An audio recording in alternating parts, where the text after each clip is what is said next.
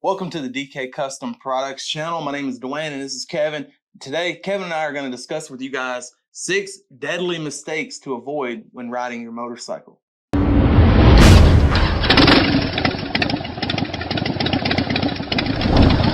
So before we get started, this is not a complete list. No. This is just 6. Yeah. There are many ways to get hurt on a motorcycle. This is just 6.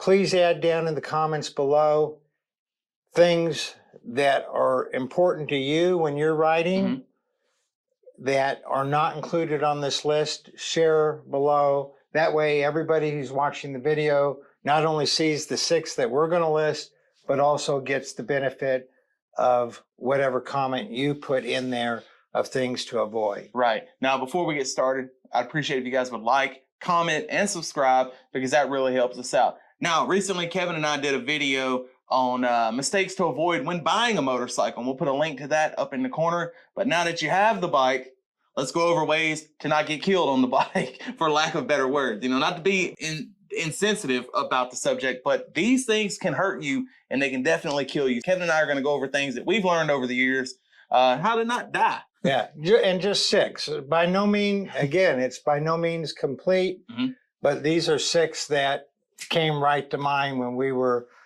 looking at doing this video. So number 1 is high-speed riding. Yeah. Now, what is high-speed riding? Some people, if they're not going 90 or 100, to them that's not high speed. High speed's 120, 130, 90 to 100 is normal riding. Others, when they're riding 70, think that they're riding at high speed. Myself, and I'm just one person, I'm comfortable cruising at 70, 75, as high as 80. Going over 80, I'm getting into what the area that I feel is higher speed on these bikes, because everybody says it's the saying, the right tools for the job. So I know that there are performance Harleys out there, I know that, and there's quick Harleys out there, but you can spend $1,200 on an old clapped out sport bike that will more adequately do 110, 120, 130 than these bricks of a motorcycle will do. So but here's the thing, no matter what bike you're on, the faster you're going, if something happens, the likelihood is high, the more you're going to get hurt, the faster you're going. So for example, when I got hit doing 70, to give you an idea of the energy involved, I was doing 70, which was the speed limit. I got hit, I flew 150 feet through the air, landed, and then slid another 153 feet. Right. So 300 plus feet, not separated from the motorcycle. And obviously, the slower you're going, the more likely there is to be less damage. Right. And the more time you have to respond. If you would have been going a little slower, you may have been able to avoid contact with that guy. Right. So speed has a significant effect on how much damage will be incurred, or if you can avoid a problem that comes up. The slower you're going, you have more time to react. So number 2 on the list, we have traffic. And traffic merging into your lane, traffic coming to your area, just general traffic all around you. Now, I know a lot of people, they're bad about, if you get in an accident or you almost got into an accident, this guy almost hit me, this guy was on their phone, this and that. Well, I got news for you. You need to have the mindset that it's your fault. If you have that mindset, then you'll avoid a lot more issues out there, because let's be honest, you're going to pay the ultimate price. That girl on her cell phone, her car is going to be fixed under insurance, whatever. She's going to go on about her day. Even though she didn't see you, technically 100% her fault. I like to have the mindset of just be prepared. They're going to pull out in front of you. Just expect them to do it. And then if they don't, that's great. But expect them to do it. So traffic merging onto the interstate, traffic moving from one lane to another. And a biggie is traffic pulling out of parking lots onto the street. So traffic merging, and don't even get me started. I know there's lots of Leos who watch our videos. I can't do this video without mentioning it. People who don't use their turn signals irritate the crap out of me. But the fact of the matter is, It's just a fact of life. When the majority of police don't use their turn signals, when they change lanes, how are they going to expect the majority of the population to use their turn signals? It's just the way it is. There's no changing it. There's no amount of effort we can do to get people to use the turn signals. People don't use the turn signals. They're just going to move over. And they may look or they may not look. You may be in their blind spot or you may not be in their blind spot. They may not even look. Don't ride next to anybody. No. Don't ride next to anybody. If anybody is in a position where they can merge into your lane and cut you off, just assume that they're going to do that. And if they don't, great. But if they do, you're ready for it. And I personally, I know this kind of goes against our number one about going too fast. I like to go just a little faster than everybody else. Just stay just ahead of traffic and just avoid the potential for contact. And that's exactly what I do, is that I want to get, and we're talking about traveling on the interstate, not back roads or country roads, but get away from the clumps of traffic. People are sheep. They for some reason they travel together in packs, and then there's a pack here, there's a pack up here, and then if you can ride in between the two packs, so there's less cars around. So just beware, and especially people pulling out of driveways or making left turns right into you when you are going straight and they're making a left turn and they're supposed to yield to you, but they didn't see you. Yeah. So the third thing, and this is something that most people in cages don't even worry about, and that's road debris. Yeah, yeah.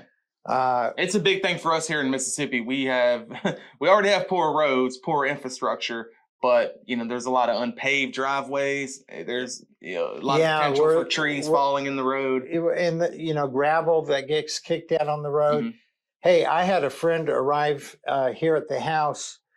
Oh, this is 4 or 5 years ago, and he'd come down from Ohio, and he had a road glide, and he came in, and when he came in, he took his boot off, and his entire sock was covered in blood.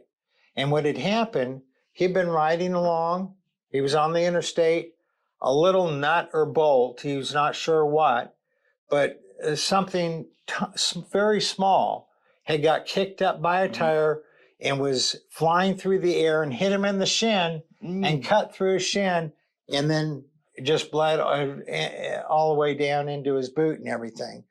So road debris, tire gators, tires that have fallen apart. Yeah. I had a ladder going down the 385.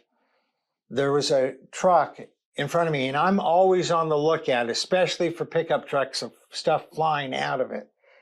And there was a truck in the lane ahead of me and to the left of me that had a ladder that was bouncing around in the bed of the truck. And then he hit a bump, and sure enough, at 70 miles an hour, that ladder came flying out of the truck. Well, I knew, I already had my eye on it. I already saw that it wasn't secured in the back of the truck. So when it flew out, I had no idea what it was going to do, but I was already hanging back because of that. There wasn't enough room for me to maneuver around and get in front of him. And so I was aware that that ladder was possibly going to become some road debris.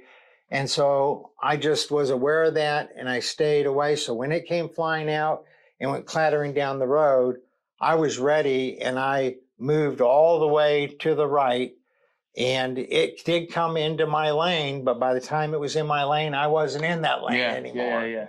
So just be aware of road debris. Another thing that people don't think of as road debris is oil.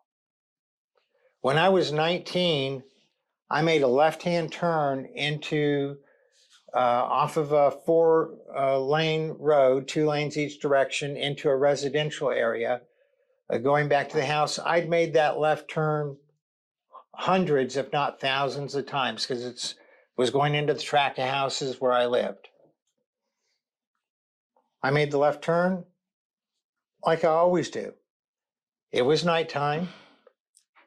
All of a sudden, the bike was sliding one way on the road. I was sliding the other way on the road. It just happened instantaneously. And what had happened, someone had leaked oil when they were sitting to make that left-hand turn, had leaked oil. You found it. And when I was leaned over to make that turn myself, I hit that oil and the bike and I separated. No real damage to the bike or to me, but it could have been really bad. Yeah, it could have been bad. So be aware of road debris, oil sitting in the road, transmission fluid, anything slick sitting in the road.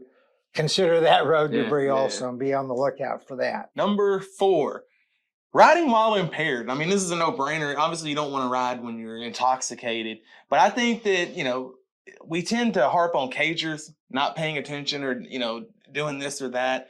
But a lot of times, especially some of us that are not very seasoned, but kind of mediocre seasoned, like me, kind of medium well, we get a little comfortable on these bikes. So I haven't done this, but, people tend to think I can have a few drinks or I can do this or that, and I can still ride this bike.